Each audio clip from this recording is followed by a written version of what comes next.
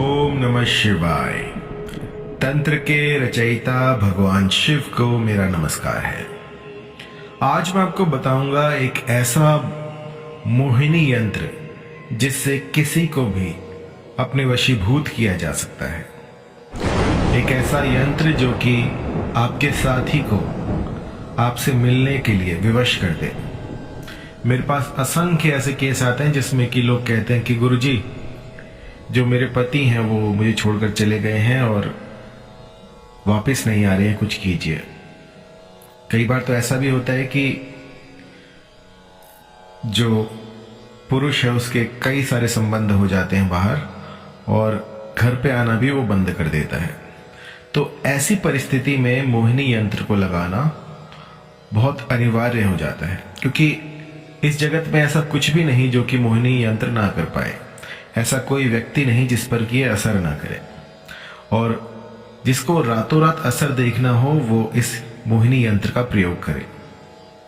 ऐसी पराविद्याएं हैं, ऐसी पराविद्या है कि जिसका आज तक किसी को पता नहीं लगा है।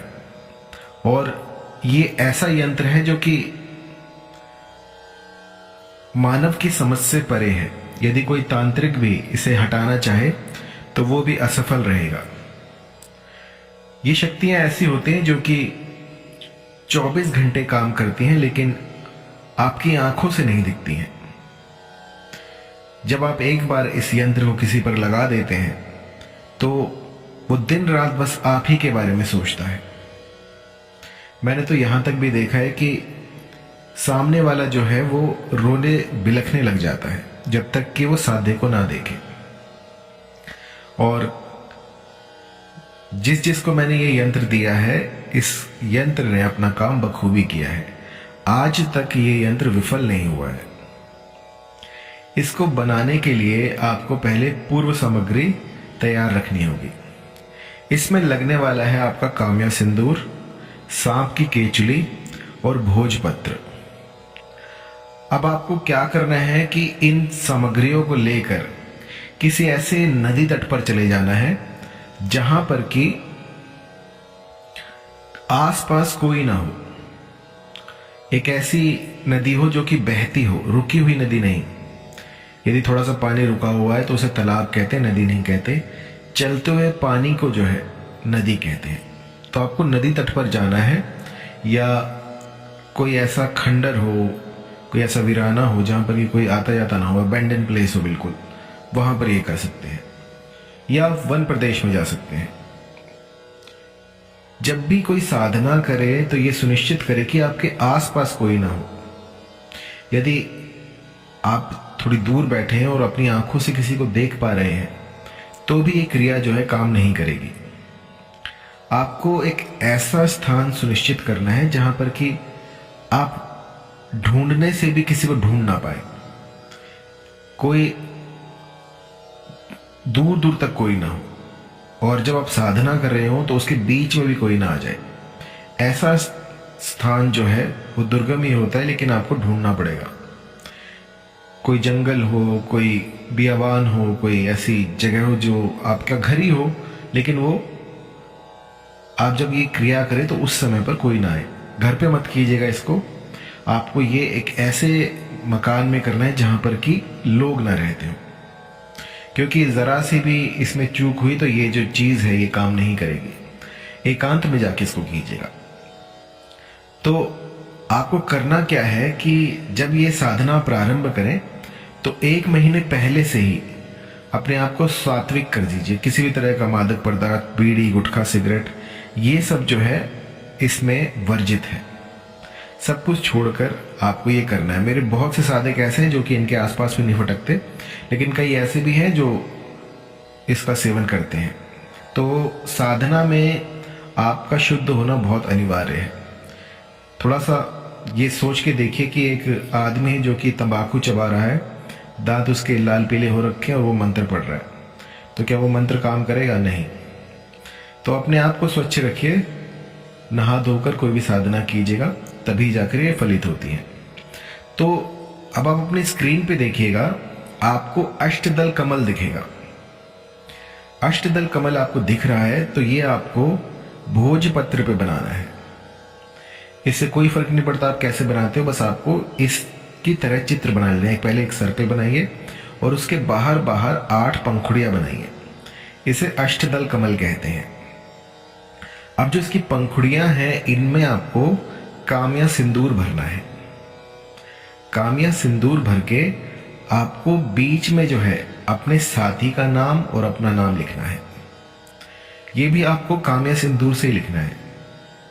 आपको ऐसा करना है कि थोड़ा सा जो है पानी मिलाकर काम्या सिंदूर में, और इसको लिखना है। लिखने के लिए जो आप कलम रहेगी वो रहेगी आपकी अनार की कलम से आपको ये लिखना है। और जब ये पूरा हो जाए तो इसको आपको जो भोजपत्र था उसको रोल कर लीजिए। रोल करने के बाद इसके बाहर बाहर सांप की केचली से इसको ढक दीजिए। ढकने के बाद इसको किसी बियाबान, किसी नदी तट पे गाड़ के आ जाइए। और यकीन मानिए जब तक ये वहां पर रहेगा तब तक वो जो भी व्यक्ति होगा वो बस रोता बिलखता रहेगा जब तक आपको ना देख ले। आपकी सुध जब तक वो ना ले ले तब तक उसके मन में चटपटी लगी रहेगी कि किसी भी तरह से वो आपको देखे।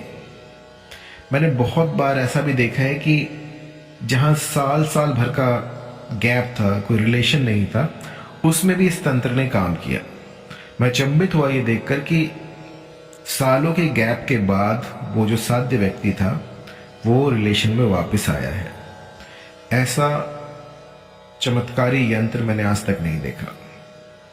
और ये जो मेरी मोहिनी की नई बुक आ रही है उसमें इसका एक विशेष स्थान है। इसके बारे में मैंने डिटेल में बता रखा है।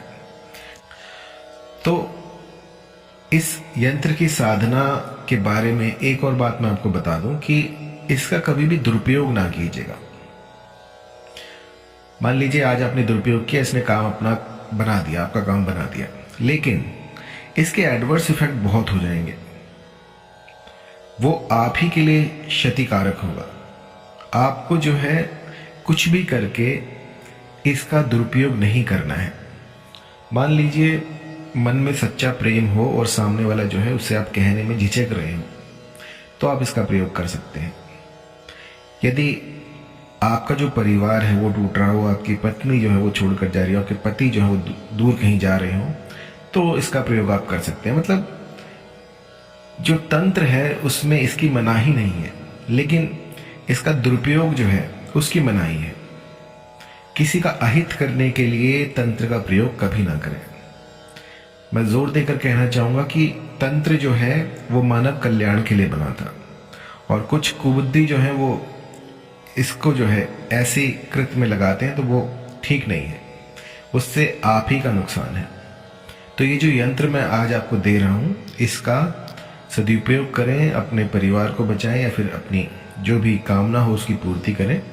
और कई बार कंफ्यूज होते हैं कि गुरुजी क्या इससे अपने साथी को अट्रैक्ट करना ठीक रहेगा? तो देखिए, हमारे तंत्र शास्त्रों में जितने भी तंत्र हैं वो स्वयं महादेव ने बताए हैं, और ये जो है ये इसीलिए बताए गए थे कि यदि कोई ऐसी परेशानी आए तो हम इन तंत्रों का प्रयोग कर सकते हैं।